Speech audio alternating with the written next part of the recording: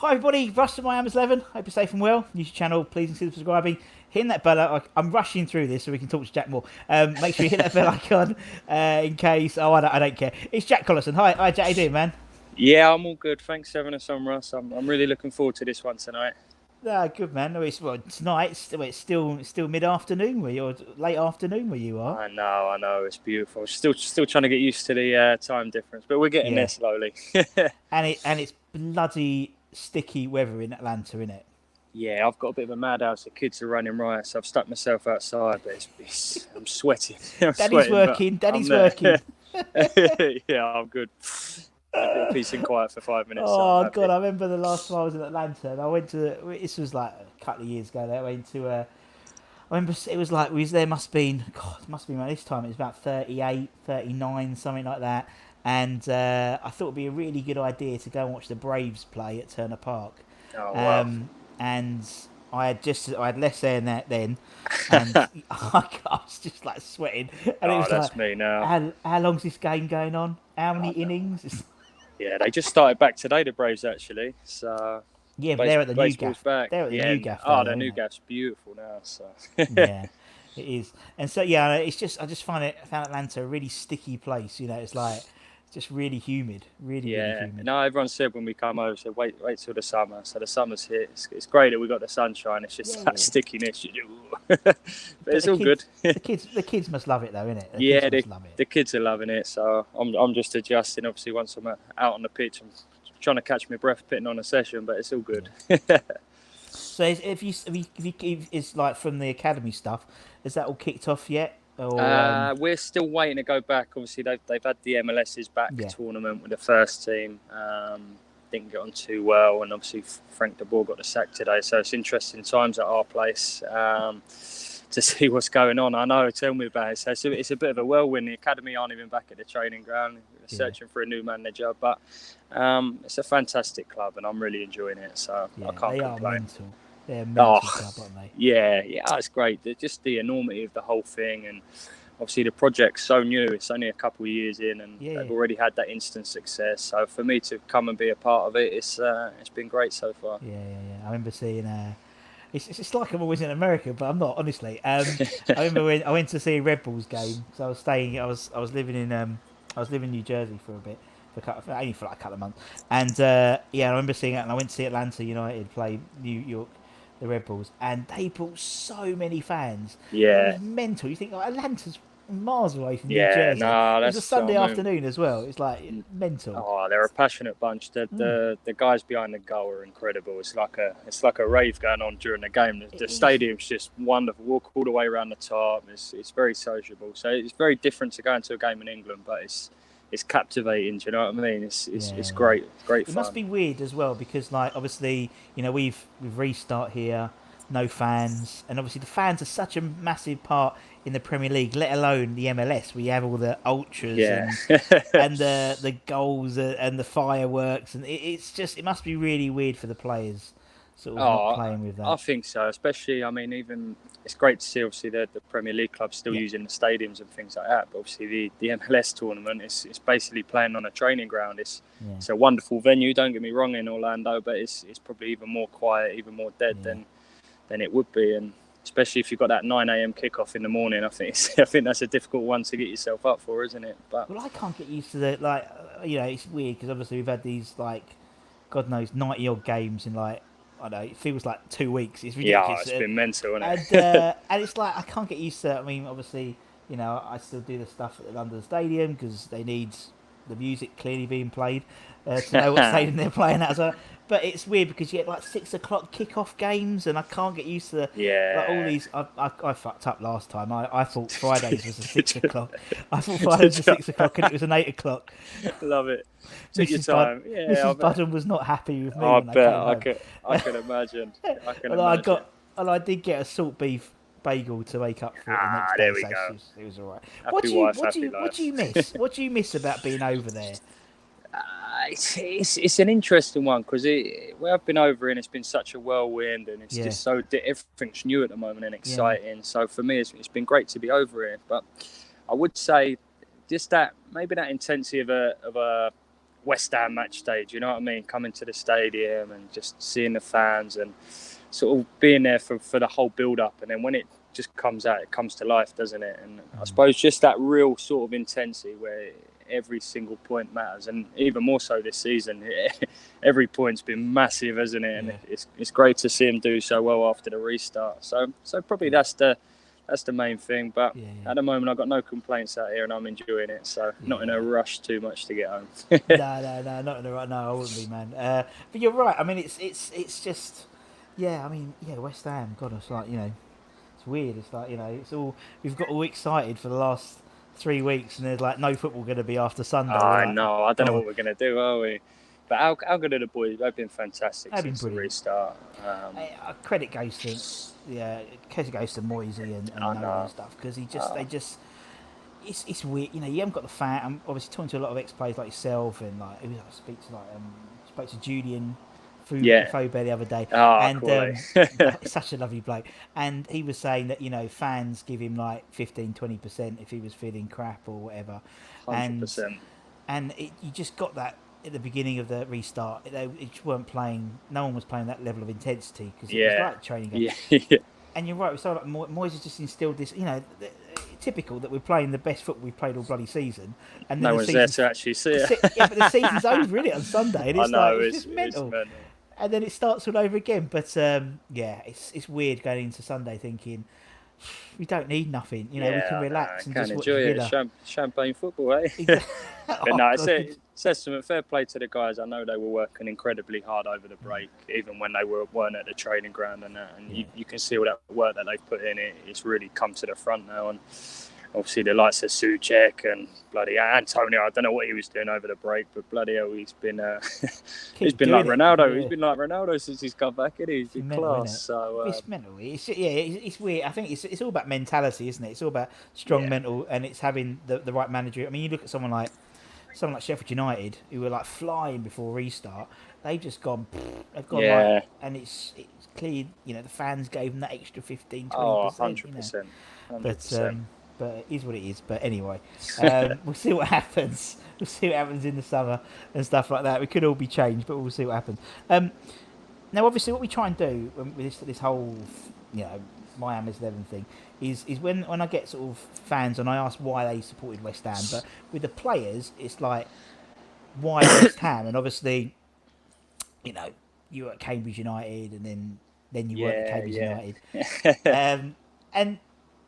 and obviously, you came, was it 17. You came for a trial at West Ham, and 16 I was at the time. 16. So but I suppose for me, I mean, I was obviously doing quite well at the time. I was at Cambridge and loving my football, and in my head, my route was I'm going to get in the first team young, do really well, and hopefully get sold on and sort of make my way that way. And in Cambridge, financial worries, they end up closing down the youth system just as I'm about to go full time that summer. So I was gutted, but as I say, I was doing quite well. I'd already been up to Man United and spent time with Tottenham, and had quite a few options, to be fair, for a 16-year-old.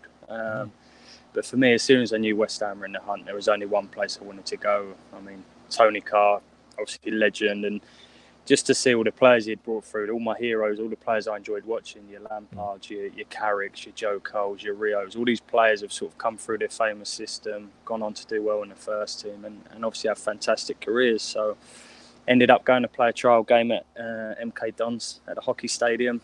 Had a good game, scored a bit of a worldie. But it was great. I mean, we had Zavon Hines was playing that night.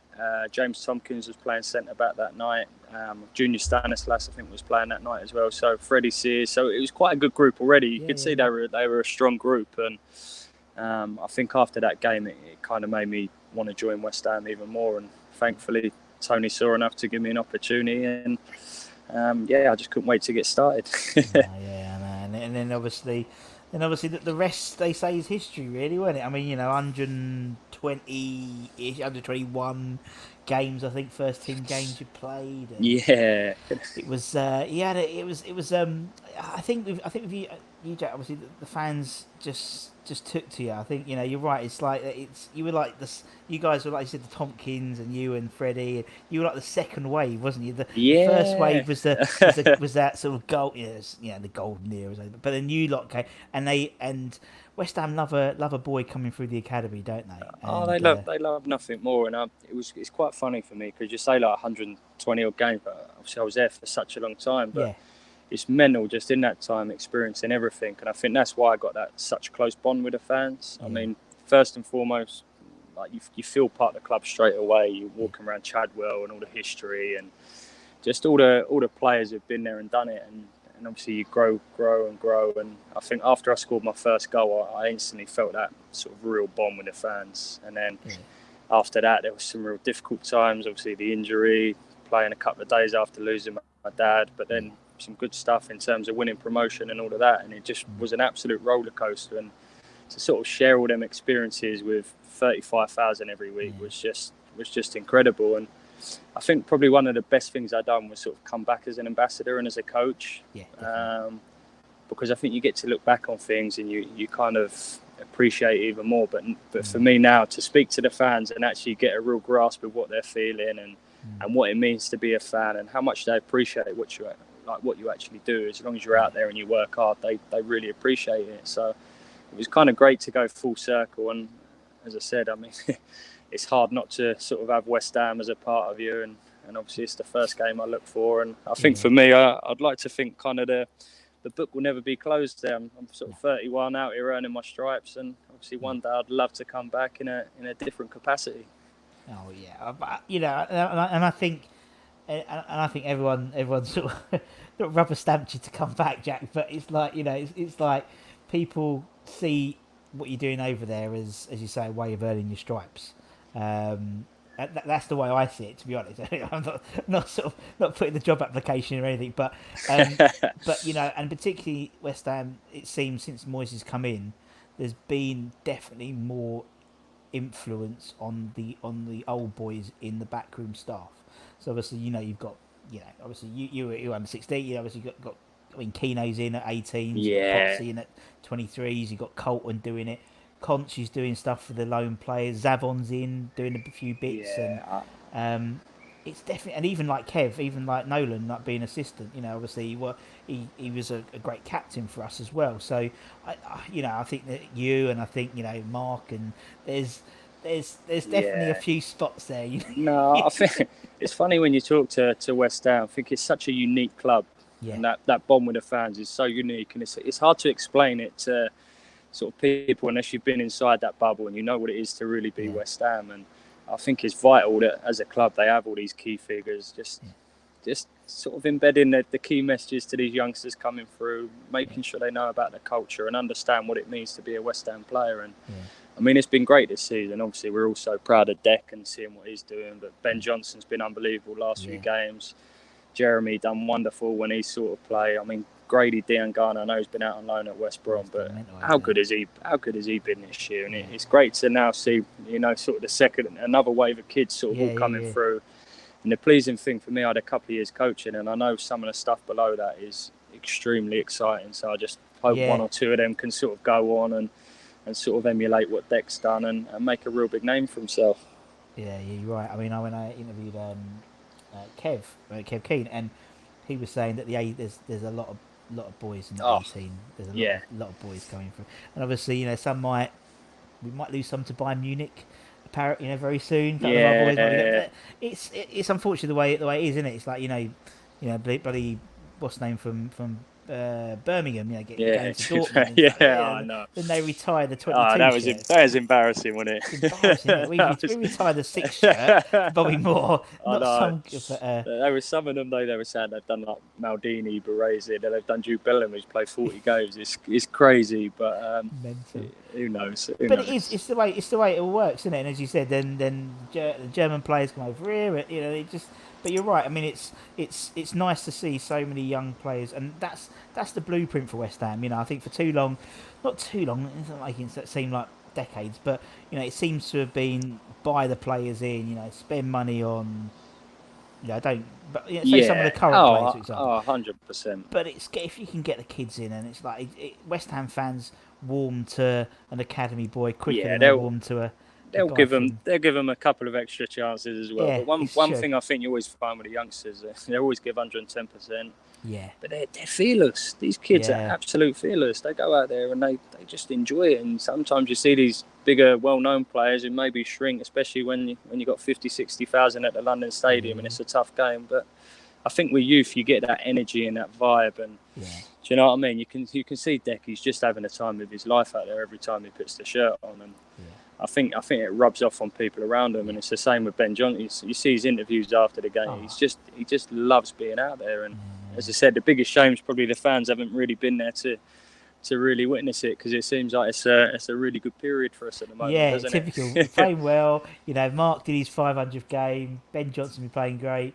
3-2 against Chelsea. We're scoring goals, aren't we? We just are. No, it's like 4 goals for Antonio at Norwich, and but I'm still don't know why Antonio hasn't done the chicken dance, the Kevin Nolan chicken dance. It hasn't come yet. It hasn't come. I can't believe it hasn't come. But I don't know if he's worried about not being able to do it justice. I mean, that's a special move, isn't it? It's like you need to proper training and stuff. But I know what you mean. About and it seems that's what Moyes is trying to do. He's bringing in Hungary, Bowen and Souček. Not necessarily big names but guys who are going to work their arse off, and it makes a big difference for the rest of the team. But and I mean, you yourself, obviously you debuted in New Year's Eve, New Year's Day game, Arsenal away. They threw you straight into the Lions. Didn't they? Going up a bit of that. What was it like? What was it like making because obviously not a lot of people do it, playing for West Ham, going out there and making your debut, particularly against Arsenal. It's funny. I've told this story quite a few times, but I mean, myself and James Tompkins, obviously really close, come through the youth ranks, played in the reserves all the time together, and we were training with the first team regularly together from probably sort of 17. And we travelled a lot with the team and not made the squad. Travelled a lot, not made the squad, and we were kind of getting a little bit frustrated. You know what I mean? You're desperate to get out of there and sort of make your mark. And it's funny, Kirbishley caught us in the lift that morning at Arsenal New Year's Day, and we both thought, we're just here for the journey, making up numbers. And as he's getting out of the lift, he goes, make sure you're ready, you're both on the bench today. And obviously it was just us, and we waited for him to get out, waited for the doors to close. And it was like we won the World Cup. We were hugging, we were, go on. It was class. And next week we're both on the bench, and I knew Freddie was struggling. Literally 25, 30 minutes into the game, I get the curly finger, come on, you're going on. Didn't have time to think, and tapped me on the back curve, said try and get close to Fabregas. And do you know what I mean? What an experience. And it probably wasn't till after the game I thought, oof, I've got a little bit of work to do here. Do you know what I mean? I loved it. It was an amazing experience, amazing moment. But I was very, very humbled, I suppose. I knew I had to sort of go back and work even harder and improve on lots of things. And probably the biggest thing was Anton Ferdinand behind, talking to me through the whole game. He was fantastic. And I really appreciate him sort of looking after me and helping me through, because I probably touched the ball about 3 or 4 times and it was chasing shadows most of it. But it's what you dream of as a kid, and just that little taste sort of made me really hungry to go back, work harder, and just want more of it. Yeah, of course it did, man. Of course it did. And as you said, I mean, you touched it. I mean, it's obviously, we'll always.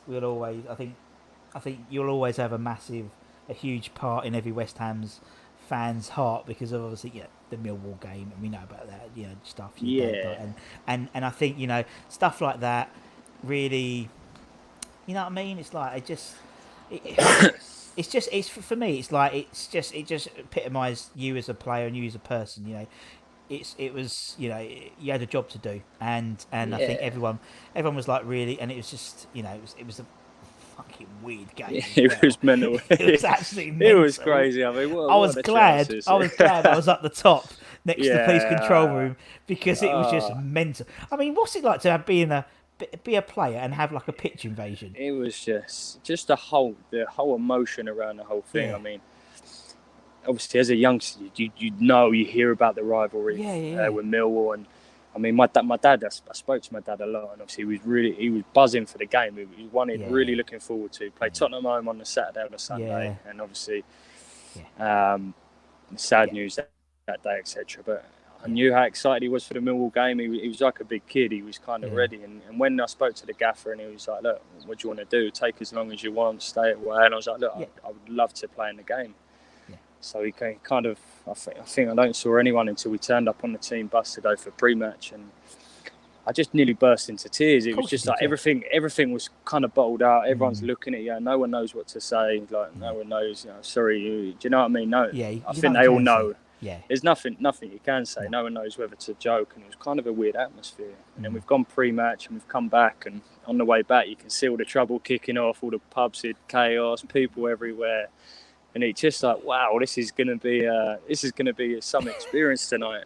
And got through that bit, got through the warm up, and probably when we were walking out again, I thought, oh shit, can I do this? And I thought, you know what? Yeah. But you look around and it was amazing, like all the fans willing you to do well, and I just felt that real sort of support from all the staff, from all your teammates, all the players, and even a couple of the opposition. I think Neil Harris played that night, and I remember him just talking to me in bits and bobs, and it was just amazing. And I remember went 1-0 down. I'm thinking, oh shit. We can't lose this, surely. And thank God for June. Junior pops up, great finish, far post, and then we got a penalty. I don't know if you remember, we got a penalty at 1-1.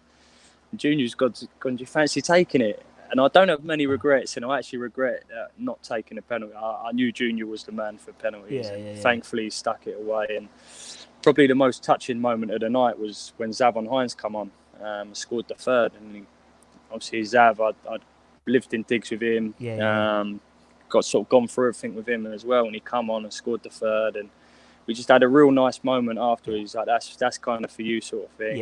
It's kind of took me aback a bit, and I know the fans were on the pitch. There was trouble here, there, and everywhere, and it was a bit of a mess. But I mean, for me as a young kid, I just remember all the fans helping me through, and people talk about that West Ham family, just everyone coming together to help a young man through the most difficult time in his life. And it was an amazing game. It's funny looking back at some of the pictures and that now, and you see everyone on the pitch and just all the chaos. And it was some experience. I just remember that picture of you and there was you and Ben.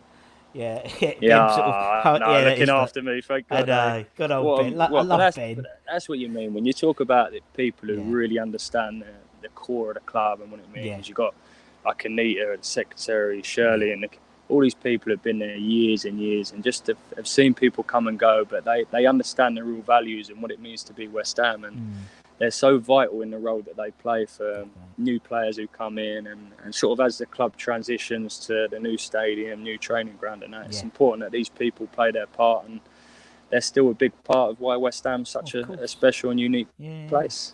Yeah, definitely. And as you touched on promotion. Obviously, 2011-12's probably your best season, really, wasn't it? I mean, you played 30 games. Do you know what, Russ? So it's interesting. I mean, probably the most annoying thing for me. I burst on the scene. I played them first 20 games, and then I popped my knee at Wigan, sort of 20-25 games in.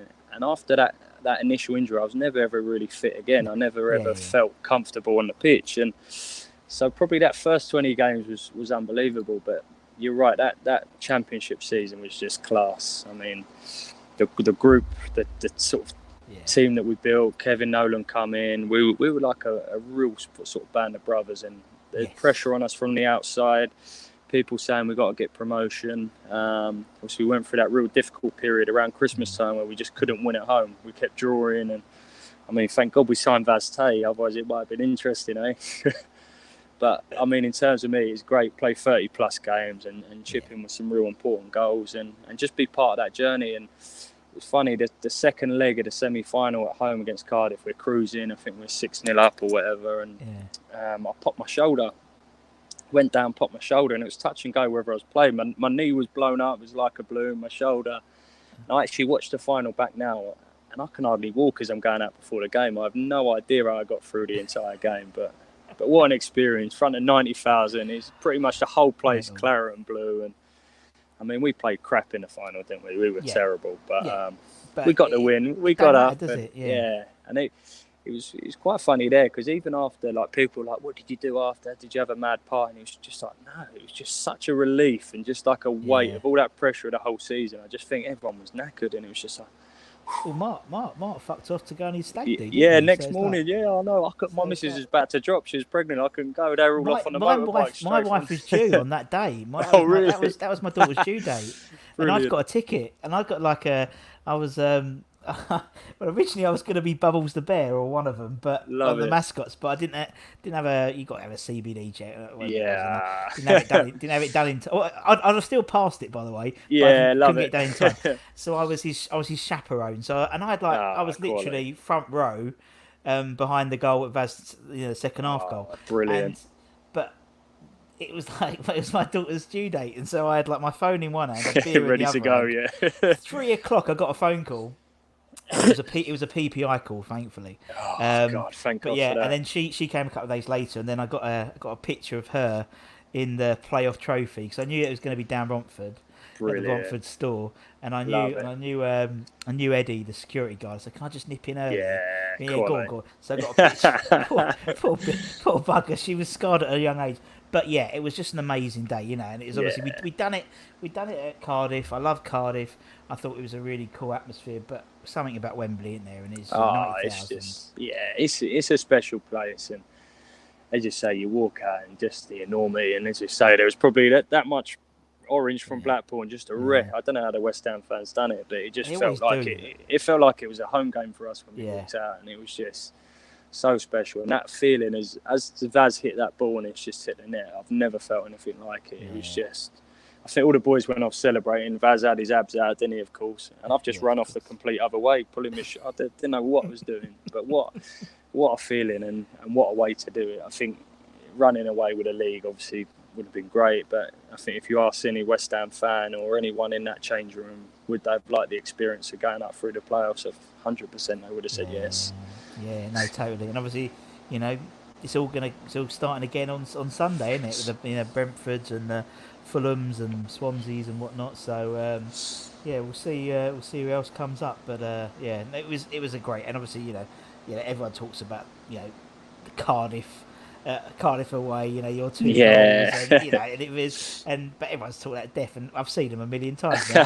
They were very good goals, wasn't they? But, Yeah, no, I used to obviously played a few games there for a while, so it was a yeah. special place, and yeah, it was a great night that as well. And I think it just set us on our way, and we knew we were going to sort of get there Well, you one were way in or a role, another. weren't you? You hadn't lost in 10. It was like, Yeah, no, we felt really, confident. yeah, We felt confident. I mean, it was great. You'd look around the team. You got the experience. You got your Kevin Nolans. You got yeah, Mark Noble, Tonks at the back. Tonks and Reedy at the back were incredible yeah, that year. They were just beasts, and you knew if you kept it tight, that one way or another, Vaz Tay would pop up with something special because I think he scored 12 goals or something like that, from when we yeah. signed him that year, and that just gave us that little bit of X factor, I think, to sort of get us over the line. Yeah, that's what you need, man. Speaking of players, Yeah, good segue. love that. Love that segue. It's not a segue; it's a bloody articulated lorry.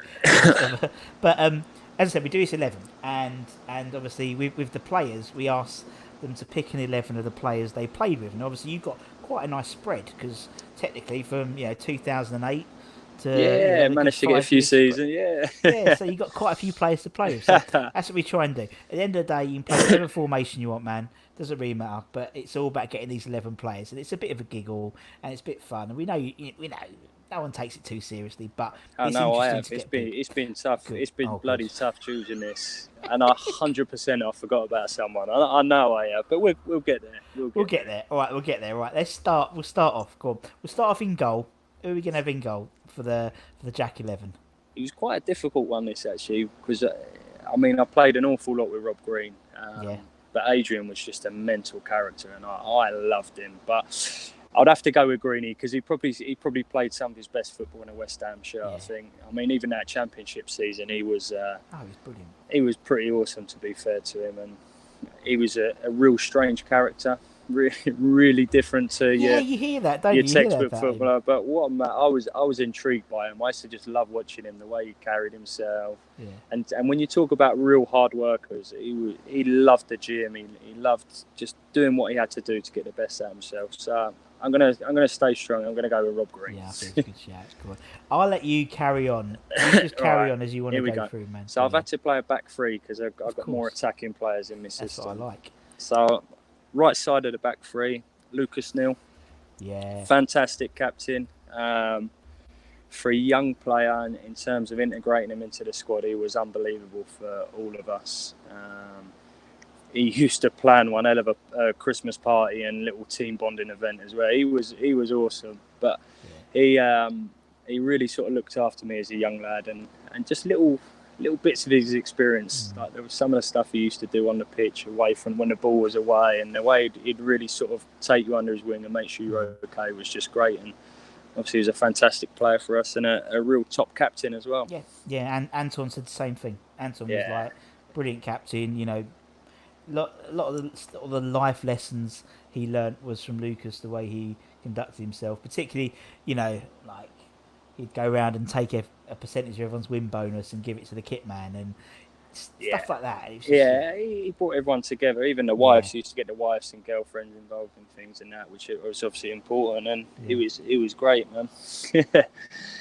Okay, I'm going central defence. I had to think about this where I wanted to play him, but obviously I had to get James Tompkins in the team, didn't I? He's my boy, and I was gutted when he left West Ham because I really think he could have been a West Ham legend and someone people spoke about for years to come. But he had to move on and do what he'd done. But typically when he goes, we need him. I know. We had were crying out, weren't we? But he, for me, it was fantastic to sort of share the journey alongside him in terms of youth, reserve, first team. And we had to pinch ourselves at times when we sort of see where we come from to we're playing in the Premier League this week. And we just had so much fun along the way, playing, training. We were so competitive in training, kicking lumps out of each other, out playing football, golf, an hour before training. And it was just brilliant to sort of be so close and share it. And I'm so proud now to sort of look on and see what he's done, the amount of games he's played. And for me, he's one hell of a footballer and one hell of a person. So I'm his central defender. Yep. Okay. Left side of the three. Had to be someone very cultured, technically very good. Danny Gabardon. My Welsh teammate. What a player Gabs was. Won Hammer of the Year, didn't he, I think, in his first or second season. Yeah, he did. Hard to do as a defender. And if it wasn't for the injuries towards the sort of latter stage of his career, I think West Ham fans would have seen some player over a long period. But I think we saw enough in them few years when he was at the top of his game and when he was fit to see what sort of player he was. And once again, I was fortunate enough to share the pitch with him for both West Ham and Wales. And he's another one who sort of really looked after the youngsters, and we had a good time when we were playing and a good time away from the pitch. And it's great that I can still sort of call on him now and give him a bit of stick every now and then and make sure he's all right. Have you been listening to his Insta? He's mixed. He loves it, doesn't he? Do you know what? He took a bit of time away from it, but he's back there. I think the pandemic. It's in his loft. It's like he's got a really funny loft, doesn't he? He's just he loves it. But what a cool dude, man! What a cool, ice cold. I've never seen him flustered, even on the pitch under pressure. He'd always find a way out, and what a cultured player and what a great guy as well. Yeah, good man. All right, cool. That's your back three done, man. Okay, I got my two holders in front of him. Nice. Parker, Noble. Oh, beautiful, simple. Noble. Get on it, play. Scotty's a no. I used to love playing in the Diamond around both of them guys, and Scotty was one of them. He was just incredible on the training pitch. Best player in training every single day. Training. When you talk about training how you play, that was Scotty Parker. Work hard, kick you, tackle you, get up, tap you on the head. And he was unbelievable on the ball as well. And for a young player coming through, whenever I was in shit, all I'd have to do was look, and Scotty would be free somehow. And you knew you could give him the ball. We'd have 2 or 3 players around him. He'd do his little twizzle and sort of find a way out. Yeah. Did he teach anyone that twizzle? Because he kept it to himself. I think Nobes had a go for a while. Nobes had a go. And I saw the other day, Deck had a go. It's like this sort of passing of the torch, passing of the Parker twizzle. But He was unbelievable, and he won Football Writers Player of the Year with the year we got relegated, and that will never happen again, will it? No. And that season in particular, his team talk at Wigan and some of the goals he scored and the performances he put in just to keep us in the hunt was just incredible to see. And I was injured the whole season, and just watching the way he carried himself and went about his work to try and keep us in the Premier League, it was almost like he was on a single man mission at times. It was class, and good luck to Fulham in the playoffs, eh? Hopefully he could do it. I'd rather have Fulham in than Brentford because I want Ollie Watkins and there we go. There we go. Yeah, that'd be nice, wouldn't it? A bit of business. I like your thinking there, Russ. That's what I mean. I'm not much of a fan of Mitrovic and stuff like that at Fulham, we want Ollie Watkins and the other guy, not Barami, but I can't pronounce his surname. No, it's tough. It's a tricky one, isn't it? But, alongside Scott, he obviously knows Mr. West Ham. I mean, what more can you say about him on the pitch, off the pitch? Bleeds the club. I'm sure one day he'll probably be a manager and then he'll probably a chairman or something like that. It'll be you and him. You and him 1 and 2, surely. It's like... He was the trailblazer for us youngsters. We'd look at Nobes at sort of 17, playing in the first team, and just his confidence and his aura, even from a young age. We kind of looked up to him, especially myself and Tonks, and thought he's setting the standards. He's leading the way. Now we've got to try and sort of emulate that and do what we can. And another one to look after the youngsters. And it was great to see sort of Rowe evolve as a sort of young up and coming who was a fantastic player, to just see that growth and just the control he's got over the change room and the way he brings people in and the way he really drives the standards day in, day out. I think he's been essential to a lot of the success over the last few years, and whatever role he's in over the next few years, I think it's vital as a club we sort of keep him around. Yeah, definitely. And I mean, it's very unusual that you're a fan that plays for your club, and you've played so many 500 games for your club. It'll be very that will never. I don't think that will ever happen again. I would hope so. I'd hope it would happen. Yeah, one off. His name is Declan Rice. That's what I want it to happen. That'd be nice. I know. Pay him what he wants. Give him the armband. Do what you have to. He'll be fine. Yeah, exactly. But I think with Mark, and I've seen firsthand how much of a fan he is because the Chelsea game he weren't playing. He was sat in the disabled area with David. Kicking every ball. He was. And that third goal, he almost punched a hole through the disabled wall. And then when the final whistle, he leapt. He didn't go down the thing. He leapt over the barrier, ran down the tunnel. Like, he couldn't get into the changing room quick enough. And, I love him. He knew what that meant. Right, so I've had to get him in. I'm playing him probably out of position here, but my 2 wing-backs, I've got Barami. Valon Barami. I love Barami. You have to type that way. No, I've got him. Yeah, Valon Barami. Found him. Legs. He could run all day. He could play. He could hit a tackle, and he was an animal as well. We used to love the battle. So, I mean, that diamond that we used to play, whereas probably Scotty, me and Val on either side, Nobes at the top. I had to get the diamond in the team. So, Valon, I'm sorry you're out of position, mate, but. Look, I know you're going to do a good job for the team. Right-hand side, one of my favourite players of all time. I had to get Joe Cole in. And I know when he come back, he probably didn't play as much as he would have liked. And obviously we didn't see the best Joe Cole that we could have possibly seen. But for me, I used to love watching him as a kid, as a youngster, playing on the big stage. And then obviously went on, done really well at Chelsea and England. And probably the biggest compliment I can pay to Coley is when he come back. Obviously, I'm a little bit starstruck. I played in the Premier League, but he was one of my superstars that I really looked to, and he was just such a great guy, and he loved football. When you talk about someone just really loving the game and enjoying being out there and training, and he's like a kid. He'd be with a ball doing step overs on the side, and just absolutely in love with the game. And it was great to see someone who'd been there, won it all, done it. Massive international player to come back and just really enjoy it. And I think despite him not playing so much, just his attitude and how he was infectious and played a real big part in and around the group. Yeah, you're right. And I mean, he's the way he talks. People say, he's got a football brain, but when people talk, and he talks so knowledgeably on BT Sport and things like that. And again, he's another one who's gonna clearly go into. He's doing a bit of coaching. He's like stopping out now, but no, he's certainly got ambitions, and I think he'd be a massive asset to any team or any club. So You know what to We're do. building, Sign him up. we're building quite a coaching staff on the books now. I know. Everyone's going to be fighting for the jobs, aren't they? Exactly. I have to have a word. I have to get their budget for it. All right, Joey. Yeah, Joey, definitely. Go on, then, man. You carry on. Got him in there. Okay, my number 10. I had to play with 2 strikes. I got one number 10. Yeah. And it wouldn't be a team without Kevin Nolan for me. Big goals, important goals, but certainly the role he played in the changing room, and it was unbelievable to see when him and Big Sam would go at each other, and he always had the players back, Nobby. I think he's probably played a real vital role in probably the turnaround and sort of the success we're having now. I don't think you can underestimate his character and what he brings.